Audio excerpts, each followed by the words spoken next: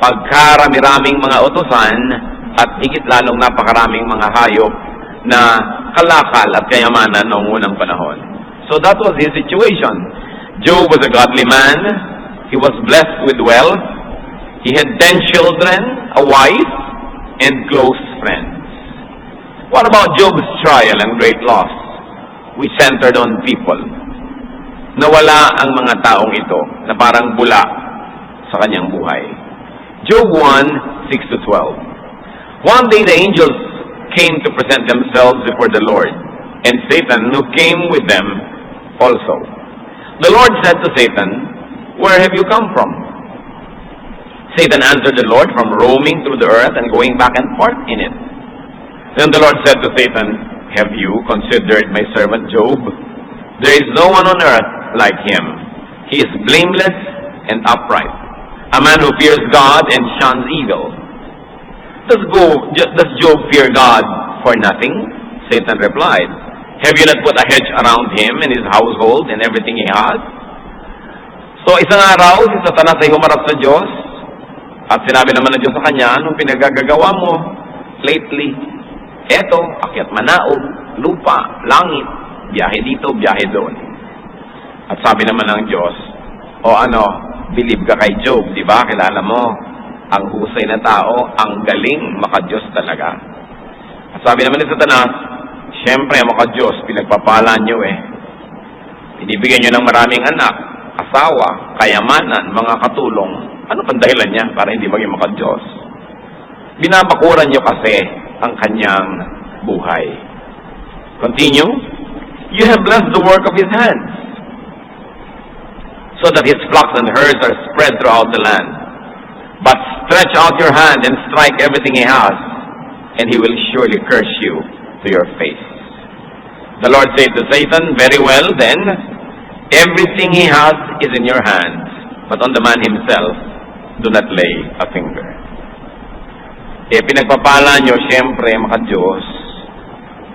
Subukan nyo na bawiin ang lahat ng pagpapala, binibigay nyo mga kayamanan, mga tao sa kanyang paligid. Siguradong harap-harapan kayo niyan na itatatwa.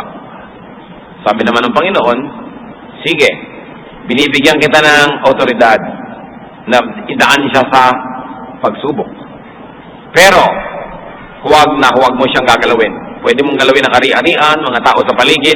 Siya mismo, yung kanyang katawan, siya, hindi mo gagalawin. Nilagyan ng Diyos ng hangganan ang pwedeng gawin ni Satanas. Job 1, 13-17. Kumilos si Satanas. One day when Job's sons and daughters were feasting and drinking wine at the older brother's house, a messenger came to Job and said, "The oxen were plowing and the donkeys were grazing nearby, and the Sabaeans attacked and carried them off. They put the servants to the sword, and I am the only one who has escaped to tell you bad news." Isang araw na tahimik, payapa, dumating ang dilubyo. May isang humahango sa katulong na nagsabi, "Sinalakay po kami ng mga Sabaeans. Lahat po ng inyong mga hayop ay kinuha at lahat ng mga utusan ay pinatay. Ako lang po ang nabuhay para makapagbalita." Napakaraming kayamanang nawala sa isang araw at maraming tao, mga tauhan. Job 1, 13-17. Hindi pa tapos ikwento ang masaklap na balitang ito, may dumating pang pangalawa. While he was still speaking, another messenger came and said, "The fire of God fell from the sky and burned up the sheep and the servants, and I am the only one who had escaped to tell you." While he was still speaking, another messenger came and said, "The Chaldeans formed 3 raiding parties and swept down on your camels and carried them off. They put the servants to the sword, and I am the only one who has escaped to tell you." All in one day, Job lost his servants, not to mention his flocks. Maraming tao ang nawala sa buhay ni Job noon. Yung mga servants, siyempre, mahal mo na rin yan, parang member na rin yan ng family mo.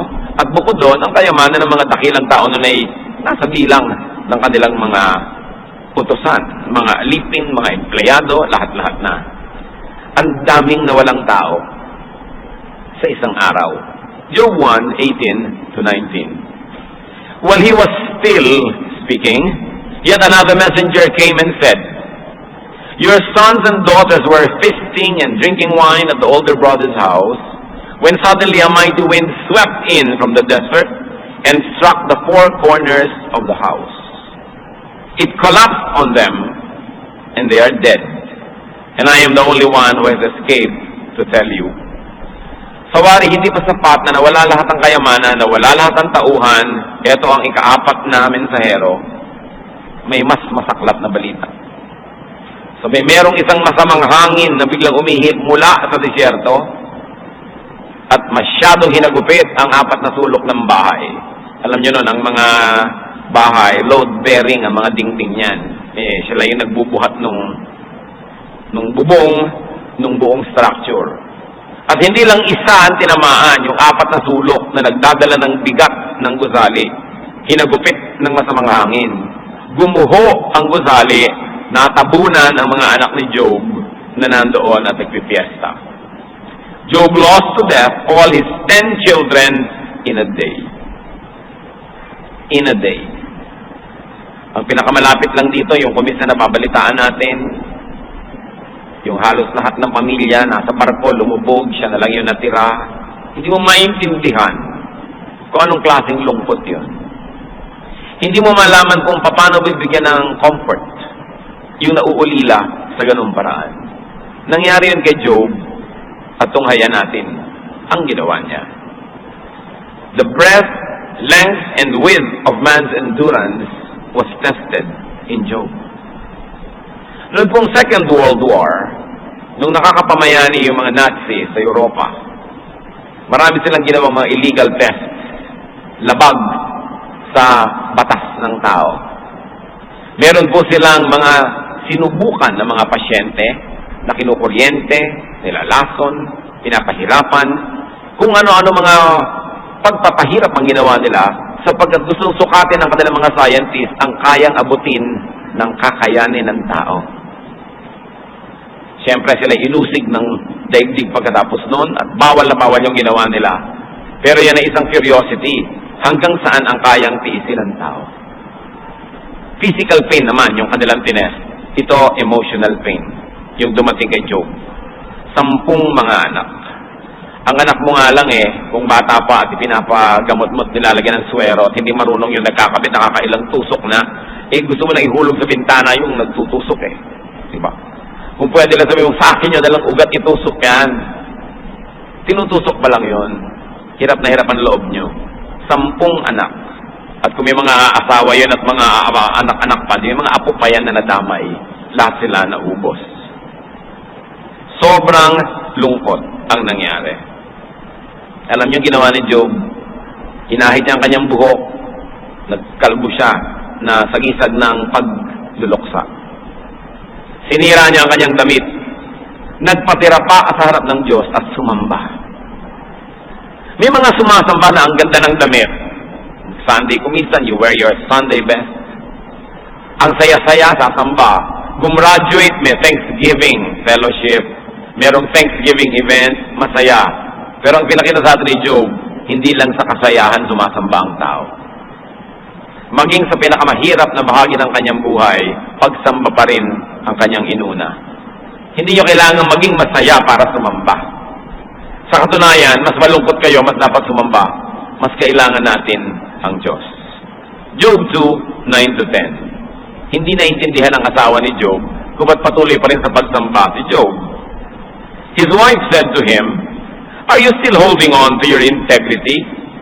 Curse God and die." Nakita nyo na wala lahat ng mahalagang tao sa buhay ni Job. Pagkarami-raming katulong at mga anak, itinara ni Satanas si Mrs. Kakampi kasi. Kasama na magpaparusa at magpapahirap kay Job. Sa ganitong panahon, kailangan mo yung asawa. Kailangan mo united kayo. Pero hindi. Si Mrs. Job, sabi, ano? Praise and worship ka pa rin. Ano ka ba? Sabi gano'n. Sa lahat ng nangyari sa atin, ang dapat mong gawin, number 1, murahin mo ang Diyos, isumpa mo, talikuran mo. At number 2, mamatay ka na rin. Yun ang sinabi sa kanya ng asawa niya. Verse 10, he replied, "You are talking like a foolish woman. Shall we accept good from God and not trouble?" Sabi niya, gusto mo lang magtinatanggap sa Diyos yung masarap, yung mahirap ayaw mo na. Lahat ng ibinibigay ng Diyos tatanggapin natin, ano man yun. At sabi sa Biblia, hindi nagkasala itong si Job sa pagsisi sa Diyos, sa pagtalikod sa Kanya. Although, admittedly, nalungkot siya, nagluksa, pero hindi niya sinisi ang Diyos. So, Job lost his children to death, but Job also lost his wife, though she was alive. Because she lost his wife's sympathy and loyalty and faith in his reaction. Wala na siguro sasakit pa sa isang tao na yung kabiyak niya sa buhay ay hindi naniniwala sa kanya. At yun pa rin ang naranasan ni Job. May mga matatalig na kaibigan si Job, but he lost them also. He lost his three close friends, Eliphaz, Bildad, and Zophar.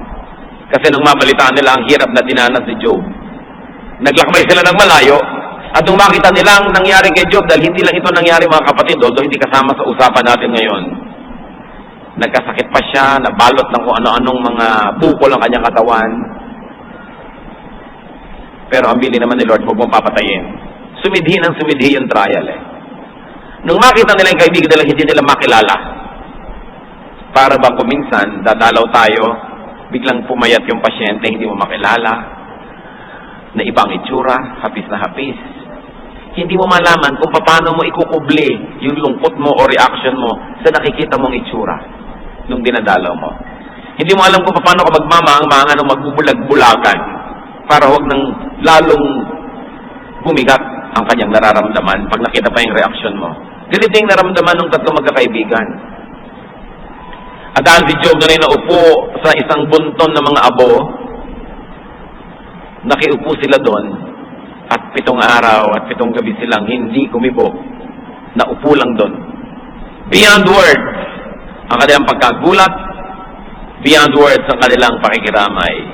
Pero matapos yon, isa-isa nagsimula na silang sisihin si Job. Pinipilit pa aminin.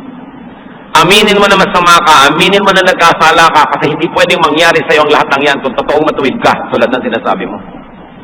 Another masakit sa buhay, yung hindi ka paniwalaan ng partner mo. Pangalawa, yung hindi ka paniwalaan ng mga kaibigan mo. Na napahirap na nga yung kalagayan, pinipilit ka pang usigin dahil ang kanilang logic, ang ganyang uri ng mga sakit at hirap, parusa lang yan ng langit. So pinaparusahan ka, therefore may kasalanan ka. Hindi nila alam na hindi naman punishment ang nangyayari kay Job, kundi trial. Kaya mahirap yun nagja-judge. And because Job lost his wealth, he also lost his many admirers. What was Job's reaction? Tulad ng binanggit natin, sabi sa Job 1:20-22, at this Job got up and tore his robe and shaved his head. Then he fell to the ground in worship and said, "Naked I came from my mother's womb, and naked I will depart. The Lord gave, and the Lord has taken away. May the name of the Lord be praised." In all this, Job did not sin by charging God with wrongdoing. Hindi nawala ang pananalig ni Job. Meron pa ngang libing nung high school kami.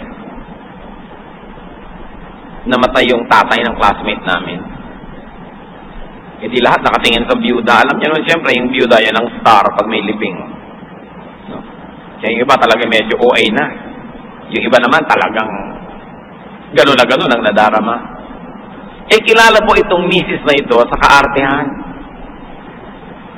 Eh, di lahat, kahit umaambon, nakapamayong lahat, nakatingin sa kanya kasi ito na yung panahon ng kanyang eksena.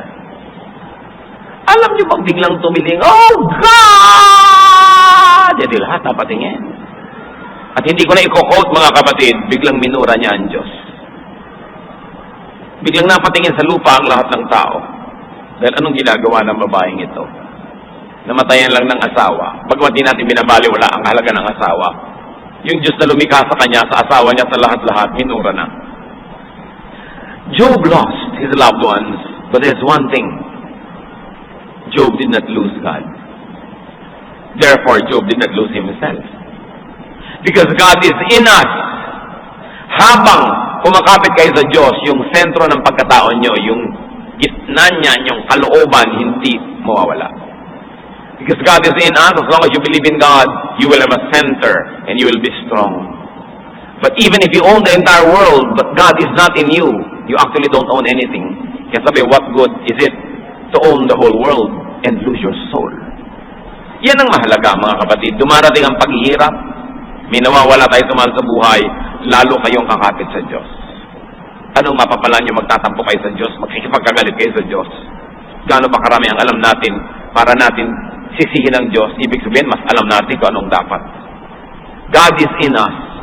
Kaya yung mga sumasamba sa Diyos, umaawit, nagbibigay ng kanilang mga offering, mga papuri, sila man naaangat ang kalagayan at pakiramdam. Bakit? Nasa iyo yung Diyos eh. Pag itinaas mo siya, di tataas ka rin. Dahil magkasama kayo eh. Pero pag tinalipuran mo ang Diyos, tumatalikod ka rin sa'yo. Kasi kakambal mo ang Espiritu ng Diyos eh. Pagka minaliwala mo ang Diyos, nilait-lait mo yung Diyos, niyuyurakan mo rin sarili mo. Wala kang pwedeng gawin sa Diyos na hindi mo rin ginagawa sa iyong sarili. Kaya yung mga taong paladasal, palasunod sa Diyos, kahit mahirap, hindi nawawala ng joy. Hindi nawawala ng tibay ng kalooban because God is in you.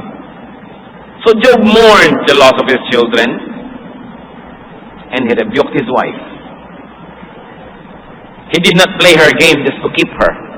Kung minsan para huwag ka lang iwan ng asawa mo eh, basang ayaw ka na sa kanya, papayag ka na sa kanya eh. Kahit sumasamba na sa Diablo, pambaka na rin, huwag ka lang iwan. Pero siya, sabi niya, huwag kang ganyan, huwag kang magsalita na parang isang hangal na babae. Hindi ka ganyan, di bagay sa'yo yan. Our noble situation in life should enable you to know better. At doon siya isinisisi ng kanyang mga kaibigan, he reasoned with his friends. Si Job yun, tayo. What about our case? Ano ba ang ating sitwasyon? What is our standing before God? Sabi ng Diyos, righteous si Job. So righteous siya, tayo. Romans 3:10, as it is written, there is no one righteous, not even one. So, kung si Job na righteous nangyari yon, kandidato rin tayo lalo na makaranas sa mga ganon. Because we are short of God's glory. Anong dapat nating isipin, mga kapatid, pag nawawalan tayo ng mga mahal sa buhay? When we lose people, we realize that loss can be a trial. Tulad ng nangyari kay Job. Hindi punishment. James 1:2, consider it pure joy, my brothers, whenever you face trials of many kinds, because you know that the testing of your faith develops perseverance. Sabi, kahit gaano kahirap at gaano kabigat, huwag niyong papayagan na mawala yung joy, yung malalim na ginhawa ng loob. Kahit hirap ang katawan, hirap ang isip. Tahimik ang loob mo sa kaloob-looban. Kasi alam mo na may Diyos ka. Sapagkat ang pagharap sa mga ganyan, ang magiging bunga ay kabubuti at kapakinabangan natin. Huwag nating lilimutin na nakalagay sa Biblia na anumang uri ng tukso o pagsubok na dumadating sa tao ay sukat muna ng Diyos bago niya payagan. Tulad ng bago niya pinayagan si Satanas na ligligin itong si Job, nilagyan niya ng limitasyon. Una, huwag mo siyang gagalawin. Pero galawin mo na lahat, huwag lang siya. Nung susunod na wave of trials, sabi, sige, galawin mo, pwede, ang katawan, pero hindi mo papatayin, may hangganan. Sabi sa Bible, God does not allow us to be tempted beyond our strength. But with the same temptation, will also give the way out. Pag pinayagan ng Diyos ang isang pagsubok, ang isang tukso, may hangganan yon. Sukat niya tayo, ang pinapayagan niya, yung alam niyang kaya natin. At kasama ng tukso, may kakambal na exit door para ka makaiwas. Anong nung iba? Bakit po hindi ako nakaiwas? O kaya bakit ako natalo? Kasi hindi ka umiwas. Kasi nagpatalo ka. Kasi malinaw ang Biblia, kaya mo yan kung kakayanin mo. Kaya nga pinayagan ng Diyos. Pero nasa sayo, kung ipapatalo mo ang laban, o mananalo ka. by God's help. Isa pa po, kung hindi man yan trial, it could be training. Nakakita na ba kayo ng mga athlete na hindi nahihirapan sa training? Nakakita na ba kayo ng mga scientist na hindi mo na nagpakabihasa sa kanilang mga methods? Nakakita na ba kayo ng sino man nagagawa ng isang dakilang bagay na hindi nagsasanay? So kung may ipapagawa rin sa atin ng Diyos sa mga misyon sa buhay, mga ministries, sinasanay din tayo. 1 Peter 5:10, "And the God of all grace, who called you to this eternal glory in Christ, after you have suffered a little while, will Himself restore you and make you strong, firm, and steadfast." Sabi ang Diyos, maawain, mabuti. At kung ikaw man ay payagan niyang magdusa, sumandali, ang kasunod nun, papalakasin ka niya, ibabalik niya sa iyo ang mga akala mo'y nawala. Yan ang mangyayari sa iyo. Kung minsan mga kapatid, may mga hirap tayong dinaranas, hindi natin alam kung para sa ano. Kung hindi nyo maintindihan kung para sa ano, trial ba? Remember, yung trial pag righteous yun, ha? O training ba? At kung nalampasan nyo na yung hirap, hindi nyo pa rin maintindihan kung ba't kayo dumaan doon, maghanap-hanap kayo ng magagawang mabuti kung saan magagamit nyo yung natutunan nyo sa hirap. Tinrain kayo para tayo may magawa sa pagpapalago, pagpapalaganap ng kaharian ng Diyos. Nang ibig sabihin, hindi lang pagtuturo, kundi pagkalinga sa mga nahihirapan, naghihirap, nasasaktan, nauulila, nalulungkot. Sino ba ang makakaminister sa mga bagong byuda, kundi yung mga dati ng byuda? Lalo't 8 beses na kayong nabiyuda. Mahirap na nasing 8 beses mamatayan, pero pagka nakalampas na kayo doon, talagang kayo na yung pinaka-general ng mga counselors dyan. Habang lumalalim ang ating nilulusong, mas mataas naman ang ating maaahon. Para sa ikabubuti rin ng iba, ipaglilingkod natin sa Diyos. Si Jesus man dumaan sa training, dumaan sa pagsubok, nahirapan para sa atin. At yun din ang hinahanap sa atin ng Diyos, na bawat hirap na dinaranas natin, maging kapakipakinabang sa kapwa. Kung ang hirap na nalampasan natin, ganun lang, nilampasan lang, tapos na, para ano? Kailangan may makinabang. Kaya po yung mga nakakaranas ng mga lungkot, pangungulila, dahil ang asawa nyo nagtatrabaho sa ibang bansa, meron kayong ministry para sa mga nalulungkot at naulila rin. Dumadanas tayo ng mga hirap, sakit, hapdi, kirot, para mas maging mabait tayo dun sa mga dumaranas, so mga ganung bagay din, matapos na tayo gumraduate.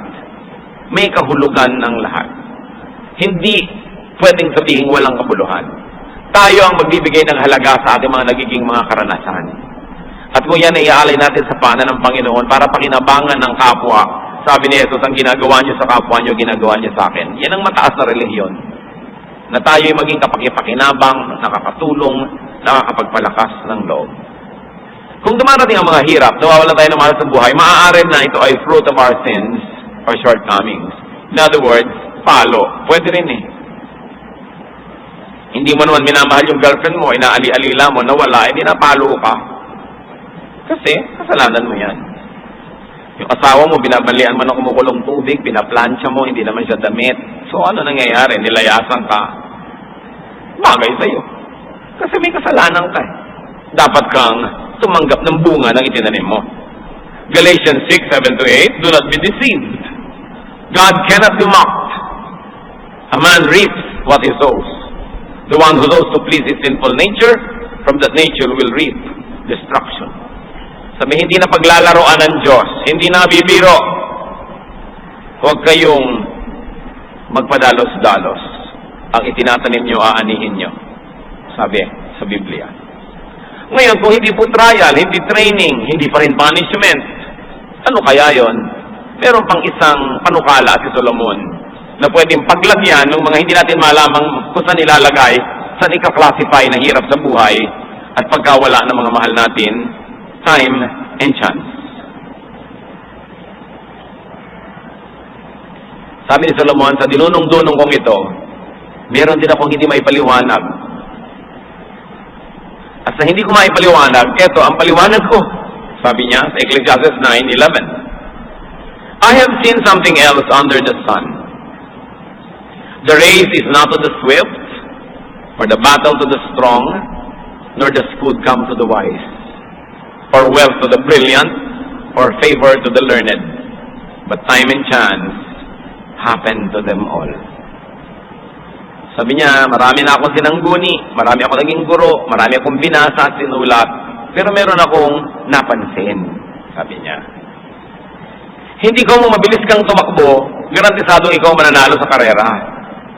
Hindi ko mo malakas ka, ikaw mananalo sa giyera. At hindi ko mo marunong ka, ikaw magkakapera para bumili ng masarap na pagkain. Hindi laging pumupunta ang kayamanan sa mga mahuhusay. Marami ring mahusay na pobre, sabi niya. At hindi lagi na napapaboran yung maalam, hasa, marunong. So, alam niyo, napansin ko, kuminsan, sabi niya, swerte-swerte lang. Time and chance happens to all. At gusto kong idiin, mga Kristiyanong allergic sa swerte at malas, huwag niyo akong girahin, ha. Hukayin niyo sa libingan si Solomon dahil siya may sabi. Sabi niya, chance, time and chance happen to them all. Nung itinatranslate po namin ng Biblia sa Bible Society, ano ba? Paano ba tatagalogin yung time and chance? Wala nang iba. Swerte-swerte lang yan. Yun talaga. So merong nangyayari dahil may rason, pero merong hindi. Wala talagang rason, hindi mo na alam. Nagkataon lang. Yung ba namang ang bilis-bilis na kotse, tumawid doon sa isang kalye, ikaw pa yung nasa gitna, edi minalas ka. Hindi ka napagprenohan, ikaw ang naging hump. Paano yun?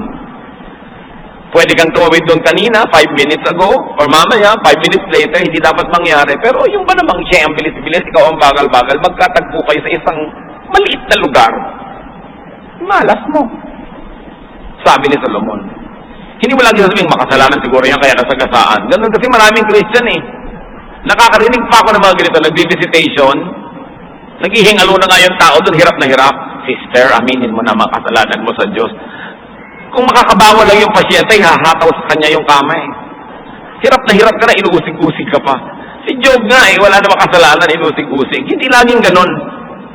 Kung mawala ka na nga, naubusan ka na ng dahilan, pumunta ka kay Solomon, sabi niya, minalas. Nagkataon.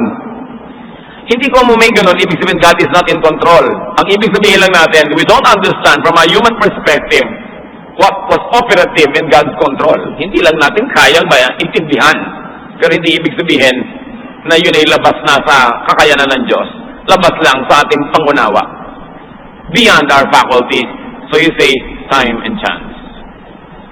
Ano pa po ang case natin tulad ni Job? We lose loved ones. We lose associates and partners, family and friends. We lose them, and we lose people to death. Isa yan sa mga pinakamahihirap. Lalo't hindi matibay ang relasyon mo sa Diyos. Mahirap yatang mamatayan. Isa sa mga pinakaayaw kong pinaggagawa as pastor, yung nagpupunta sa mga patay, mga namatayan. Kasi naapektuhan ako eh. Paano ka naman po papa-apekto? 3 times, 4 times a week. Ano pang matitira sa'yo? Diba? Pero talagang wala naman ako pinupuntahan ganyan na hindi ako talaga naapektuhan. Kaya hanggat maaari lang nga, when people ask me to do the memorial service, ganating pastor ang gagawa, just be present. Hindi ako umiiwas doon sa trabaho, kundi hindi madali. Hindi madali. Lalo't kilala mo talaga, malapit sa'yo yung namatay. So magsasalita ka pa doon, kung ano-ano pang gagawin mo, hindi madali. So pag nakikita natin kuminsan yung talagang halos maglupasay, talagang parang nawalan na ng lahat-lahat kasi namatayan. But we lose people to death. It cannot be avoided. We lose people to distance. Oo nga, buhay, pero ang layo.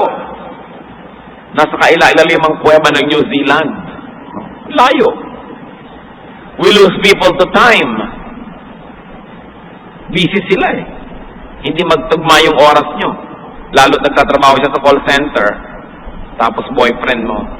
Hindi na kayo magkikita, lima na lang ikaw itong magpuyat. No? We lose people to ideologies and beliefs. Nung araw, ayaw magpaaral na marami magulang sa UP dahil baka mamundok ang anak. Nakakuha lang ng 3 units ng political science na naging Marxist na ang uhuging bata. Kala alam na niya lahat. No? So iiwan ang lahat-lahat, itatakwil ang magulang. Sabi ng mga magulang, huwag mag-aaral sa UP. Because I might lose you to ideology or to beliefs. And we lose people to activities. Marami silang kinakahumalingang gawin, walang oras sa'yo. Many times we lose people to our own shortcomings. Kasi hindi natin minahal, kung kailan tayo kailangan, hindi natin nanaruga, nawala. Iba't ibang dahilan, but we lose people. And what's our reaction and attitude and character? We can learn from Job. Like Job, we can mourn. Pwede naman, legitimate naman, na magluksa. It is valid and alright to feel bad. Kuminsan, kuminsan ako nanliliit. Pag nakakakita ko ng mga born-again Christian, pumupunta sa mga namatayan, huwag kang umiyak, sister, na kay Lord na ang husband mo. Gusto mo sabihin, sige nga yung husband mo, ibigay mo kay Lord ngayon? Lord ka dyan, hipokrita. Di ba? Kahit na pag sinasabi mong, ba't ang lahat sinasabi, ay pagka namatay na ako, pupunta tayo sa langit. Wala namang gustong mamatay. Huwag na tayo magkunwari. Naniniwala tayo sa Diyos, naniniwala tayo pupunta tayo sa pag namatay tayo, pero ang totoo lang, ayaw pa natin pupunta. Dahil gusto mo pa dito. Bihira ang taong gusto na yun. Wala pa ako nakita ni isa. 5 na lang, hirap na hirap. May sakit. Ano na nga ba naghihintay sa'yo dito? Kung gano'n, hindi mabuti pa nga, pumunta ka na kay Lord. Yung iba minamaliit nila yung pagkalungkutan ng kapwa. Uy, born again ka na sister, huwag kang iiyak para maganda kang patotoo. Ano ako dito, display? Para lang maging magandang example, pipigilin ko yung luha ko. Ang yung pagling pagbaligtad, pag nasa mga patay tayo, nagpipigil ng iyak yung namatayan. Sige, iyak pa, iyak pa. Sige pa, iyak pa. Di mabuting iiyak nang lumabas. Hindi yun masama. Si Job nagluksa, pero sumamba. Pabalik na rin nyo, sumamba, pero luksa. Pwedeng pagsamahin yung dalawang bagay na yun. May panahon ng lahat, and there's a time to mourn, according to Ecclesiastes. We can and should review the facts. Pagka po tayo ay nawawala ng mahal sa buhay, what should we review? That we don't own anything. Therefore, we don't own people. Everything we have is God-given, therefore is borrowed. Ipakadiin-diin natin sa isip natin ito mga kapatid, wala tayong pag-aari.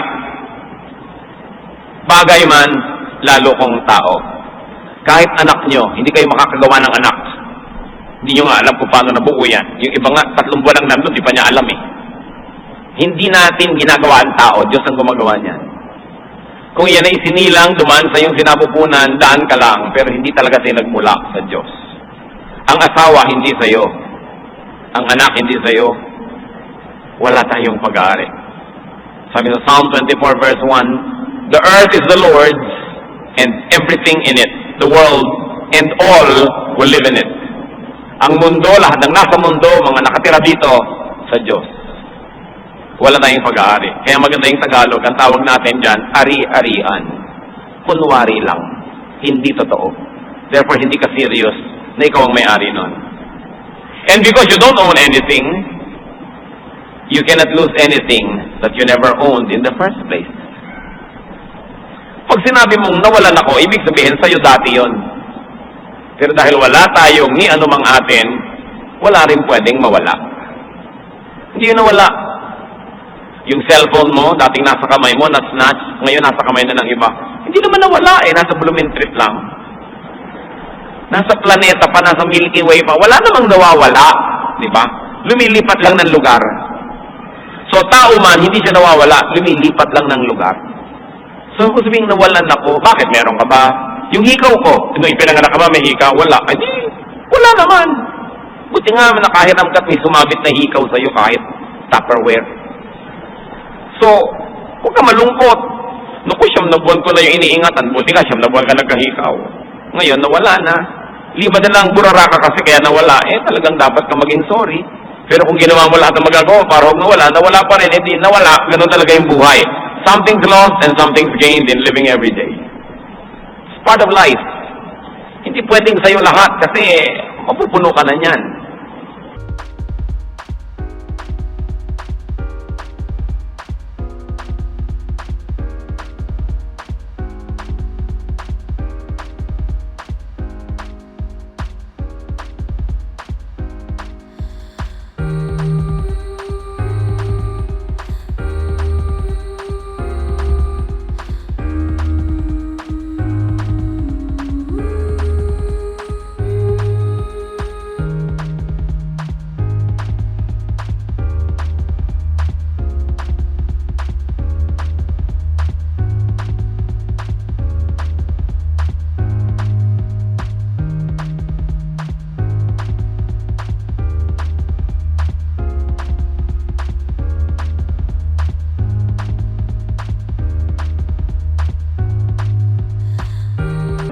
Dahil pag tatawagin ka na, tatawagin ka na. Pag hindi ka pa tinatawag, huwag ka mag-volunteer. Hayaan mo ang Diyos at tumawag. Kaya iba, nung sasama na ako, hindi ka na nga kinuha, sasama ka pa. Wala ka ng ticket, puno na ang bus. Next biyahe ka na, ay huwag naman. Ayaw naman sa next biyahe. Kailangan mga kapatid, totoo yun. Hindi ko minamalit ang hirap natin pag nawawala tayo ng mahal sa buhay. Pero basta nandyan pa ang Panginoon, tuloy ang buhay. Hindi pwedeng putulin. Ang mahirap, pag yung kapwa-tao mo ang ginawa mong Diyos, siya na lang lahat-lahat. Pag nawala talaga yon, hindi mo na malaman ang gagawin mo. Tulad ng sinabi ng asawa ni Job. Siguro, ang genius niya, pera, mga anak, lahat-lahat. Yung kalagayan nila sa lipunan. Kaya para sa kanya, ngayong wala na yon, wala na rin kahulugan si Job. Mabihira naman kung kayo si Mister, naghirap kayo, nagkasakit kayo, wala na kayong kwenta kay Mrs. Sabi niya sa Job 2:9-10, his wife said to him, "Are you still holding on to your integrity? Curse God and die."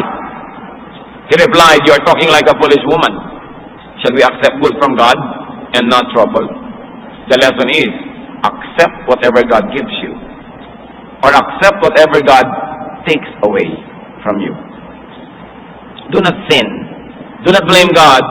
Do not turn away from God. Job passed the test.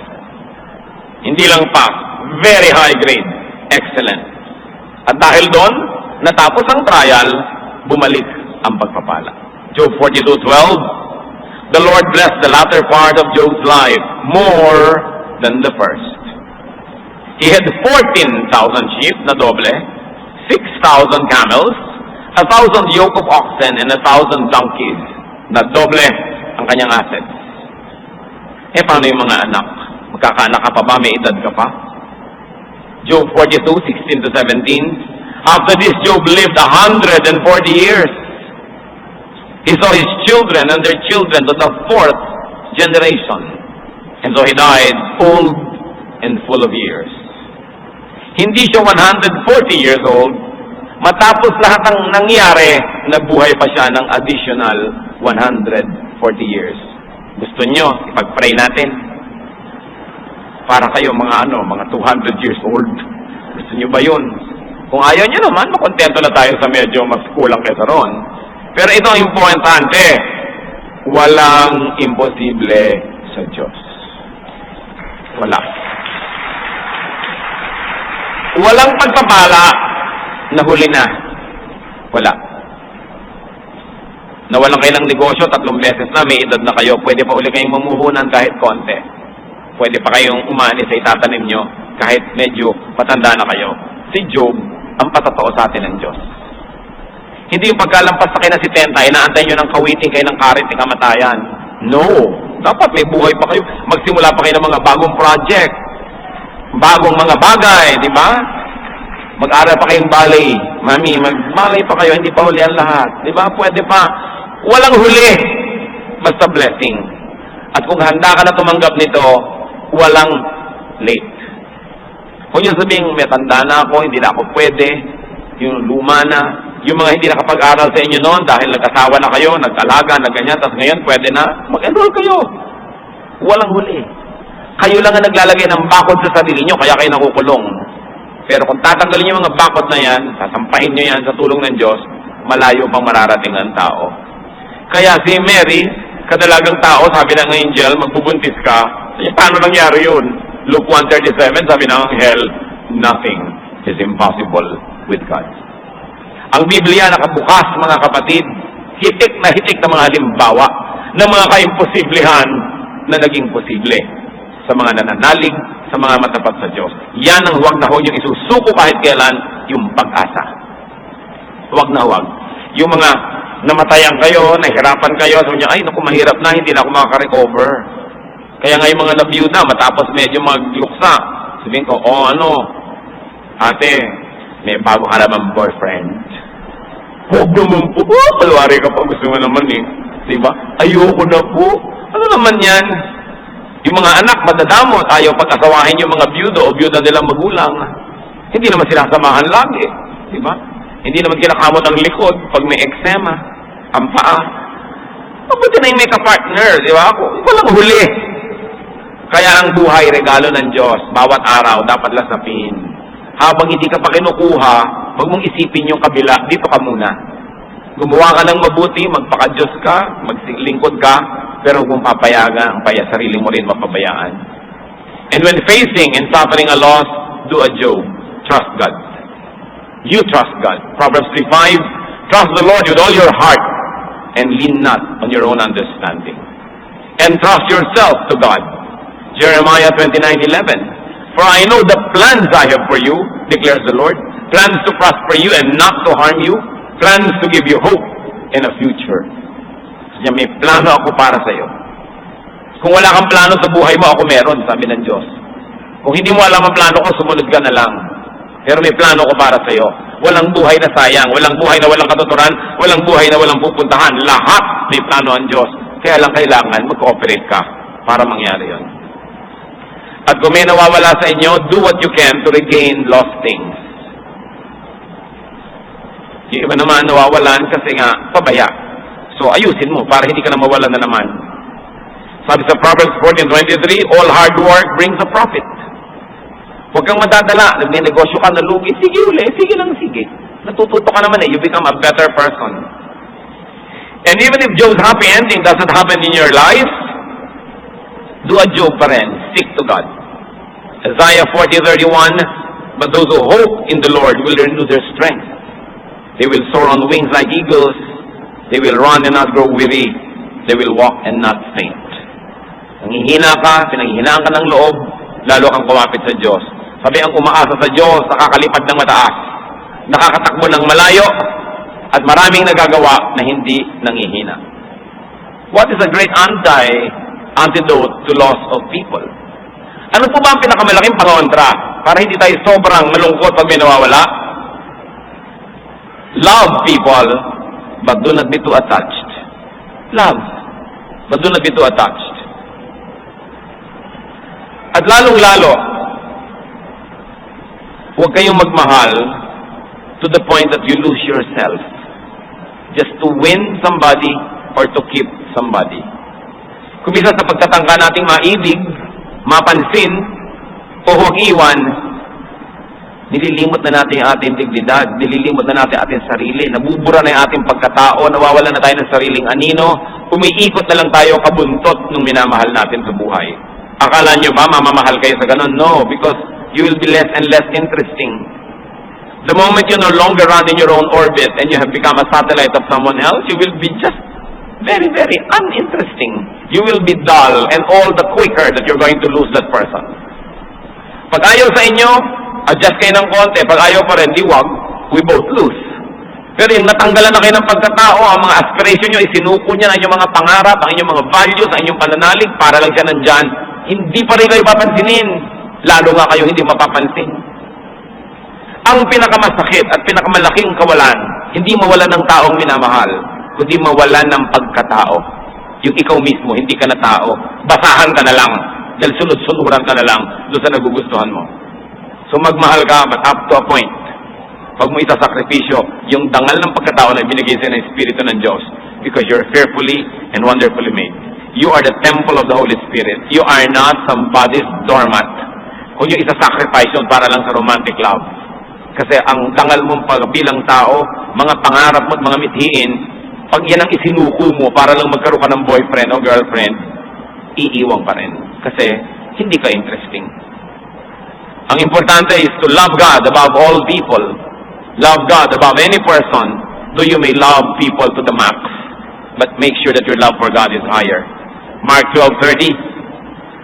Love the Lord your God with all your heart and with all your soul and with all your mind and with all your strength. Bakit? Pag Diyos ang number one sa buhay mo, kahit kailan, may kasama ka kasi hindi naman nangiiwan ng Diyos.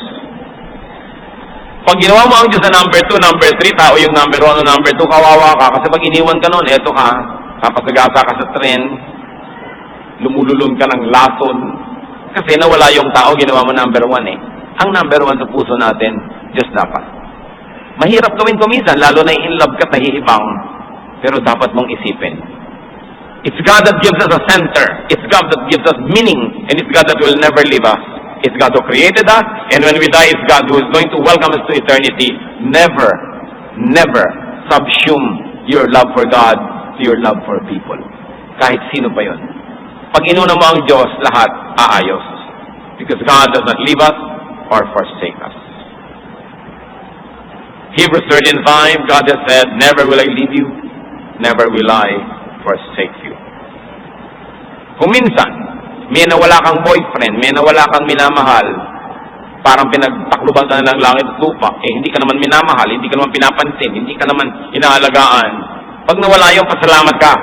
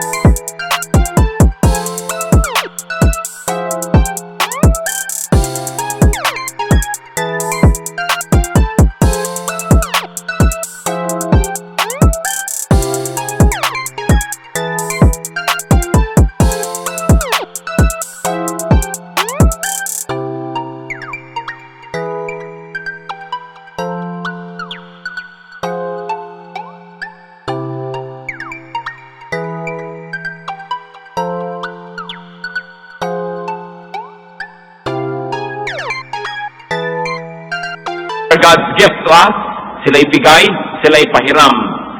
We don't own people, so we don't lose them. Sunod lang yung logic. But if you think you own them, then you lose them. But we don't own people. Job 1:21, the Lord gave, and the Lord has taken away. Another important thing, to protect yourself from the pain of so-called loss, enjoy people when they are with you, then let go when it's time. Habang ipinapahiram sa iyo ng Diyos, enjoy it. At kung binabawi na, ibigay ng maluwag sa dibdib. Kaya sabi ng Ecclesiastes 9:9, enjoy life with your wife, whom you love. Ecclesiastes 9:9, enjoy while it lasts. Hindi lang wife yan, enjoy your parents, enjoy your brother, enjoy your sister, enjoy your friend. Para pag nawala na, wala kang pinagsisisi. It's very important. Ano ba? Sino ba ang nawala sa buhay niyo, mga kapatid? Hindi ko gustong maliitin ang inyong loss, pero malaki ang Diyos. At kung minamalaki natin ang Diyos, liliit yung loss na yun. Yung malaking sugat, liliit, maghihilom. Pag pinayagan natin ang Diyos na kumilos. Sino ba kinakatakutan yung mawala sa buhay? Huwag niyong sakalin, huwag niyong itali, dahil lalo lang yan magpupumiglas. Kung sa inyo, sa inyo. Kung nandyan lang dahil nakatali, hindi yan sa inyo. Subukan yung malagot yung tali, aalis din. Kaya pawalan. Ang pagmamahal, isinusukong kusa. Hindi pwedeng hulihin, itali, o ibilanggo. Losing people, you don't do that. Kaya dapat inuuna natin ang Diyos, mga mahal natin sa buhay, tinuturuan natin maging maka-Diyos, tanggapin ang kaligtasang inaalok ng Panginoon, para pagka sila'y sumakabilang buhay, ibinigay lang natin sa Diyos, hindi nawala. At alam natin tayo makikita-kita pang muli. Takot ito ng marami. Sabi ni Lord, fear not.